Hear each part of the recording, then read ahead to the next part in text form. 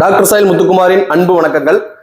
விவசாய நண்பர்களே, இன்னைக்கு நம்ம பார்க்க போறது மண்ணின் மூன்று தன்மைகள். இந்த மண்ணின் மூன்று தன்மைகள் எப்படி ஒரு விவசாயிக்கு உதவி பண்ணுது, ஒரு மண்ணின் மூன்று தன்மைகள் நல்லா இருக்கும்போது ஒரு பயிருக்கு எப்படி ஒரு முழு ப்ரொடக்ஷனுங்கிறது கிடைக்குது, நோய் பாதிப்புங்கிறது எப்படி கம்மியாகுது அப்படின்னு சொல்லி இன்னைக்கு நம்ம பார்க்க போறோம். மண்ணின் மூன்று தன்மைகள்: பௌதீகத்தன்மை, உயிரியல் தன்மை, ரசாயனத்தன்மை. மனிதனுக்கு எப்படி சில தன்மைகள் இருக்குமோ அதே மாதிரி மண்ணுக்குமே சில தன்மைகள் இருக்குது. அந்த தன்மைகள் தான் இந்த மூன்று தன்மைகள். இந்த மூன்று தன்மைகள் என்னென்ன இருக்குன்னு சொல்லி பார்த்துக்கலாம். பௌதீகத்தன்மைன்னு சொல்லி பார்த்தீங்கன்னா மண்ணின் காற்றோட்டம், நீர்பிடிப்பு தன்மை, அம்மவேர், ஜல்லிவேர் மற்றும் அது ஆரோக்கியமா இருக்க வேண்டியது கட்டாயம் இந்த பௌதிக தன்மையில். அடுத்தது உயிரியல் தன்மை. உயிரியல் தன்மையில் நம்ம எல்லாத்துக்குமே தெரியும், மண்புழுக்கள் மற்றும் நன்மை செய்யக்கூடிய நுண்ணுயிர்கள். அடுத்தது பாத்தீங்கன்னா ரசாயன தன்மையில சாயல் பிஹெச், சாயல் ஈசி, சாயலுடைய ஆர்கானிக் கார்பன் மற்றும் என்பிகே, சிஎம்எஸ், மைக்ரோ நியூட்ரியன்ஸ். இது எல்லாமே மண்ணில் இருக்கக்கூடிய மூன்று தன்மைகள்ல இருக்கக்கூடிய உரங்கள் மற்றும் நுண்ணுயிர்கள் மற்றும் வேர்பகுதி, நீர்பிடித்தன்மை, காற்றோட்டம். இப்போ இந்த மூன்று தன்மைகள்ல விவசாயி இன்னைக்கு என்ன ஃபோக்கஸ் பண்றோம்னா வெறும் என்பிகே, சிஎம்எஸ், மைக்ரோ நியூட்ரியன்ஸ் மட்டும் தான் ஃபோக்கஸ் பண்ணி நம்ம விவசாயம் பண்ணிட்டு இருக்கிறோம்.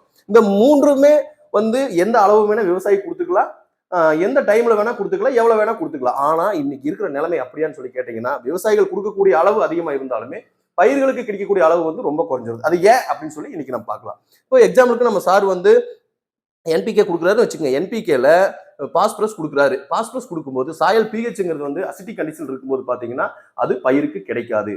எக்ஸாம்பிளுக்கு அது ஐரனோட பாண்டிங் ஆகும். பாண்டிங் ஆகும்போது ஐரானும் கிடைக்கிறது இல்லை, பாஸ்பரஸும் கிடைக்கிறது இல்லை. அப்போ இங்க இருக்கக்கூடிய சாயலோடைய பிஹெச்ங்கிறது சமநிலையில் இருக்கணும். அடுத்தது ஈசியுமே சமநிலையில் இருக்கணும். அது மட்டும் நல்லா இருந்தா போதுமா? இங்க இருக்கக்கூடிய அம்மவேர், ஜல்லிவேர் ஆரோக்கியம் இருக்கணும். மண்ணின் காற்றோட்டம்ங்கிறது நல்லா நடக்கும் போது இந்த அம்மவேர், ஜல்லிவேருங்கிறது நல்லா ஆரோக்கியமா உருவாகும்.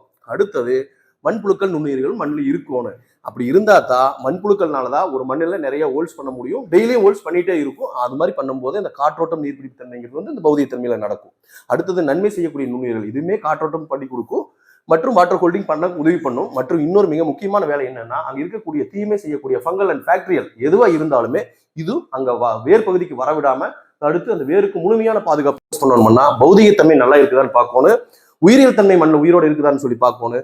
ரசாயன தன்மையில் இருக்கக்கூடிய சாயல் பிஹெச், ஈசி, ஓசியும் பார்க்கணும். இந்த மூன்று தன்மைகளை கரெக்டா நீங்க பார்த்து உரங்கள் கொடுக்கும்போது அந்த உரங்கள் முழுமையா பயன்பாட்டுக்கு அந்த செடிக்கு போகும். அந்த செடியிலிருந்து ஒரு முழுமையான ப்ரொடக்ஷனா நம்ம பாக்கெட்டுக்கு வரும். இந்த மூன்று தன்மைகளை பார்க்காம வெறும் நம்ம உரங்கள் கொடுக்கறதுனால ஒரு முழுமையான ப்ரொடக்ஷன்ங்கிறது வராது.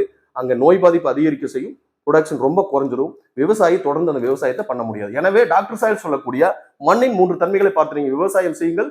உங்கள் விவசாயத்தில் இரட்டுக்கு மகசூல் பெறுங்கள். நன்றி, வணக்கம்.